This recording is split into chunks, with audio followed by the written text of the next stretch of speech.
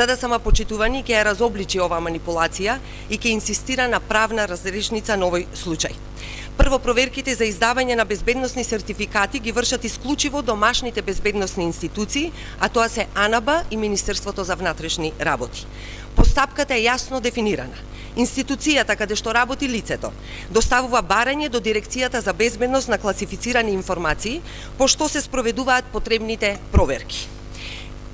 А тие проверки, почитувани за цивилни лица, ги спроведуваат АНАБА и МВР, а не НАТО.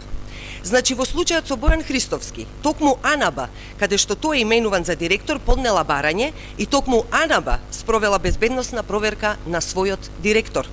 Ова почитување ја открива целата манипулација на власта.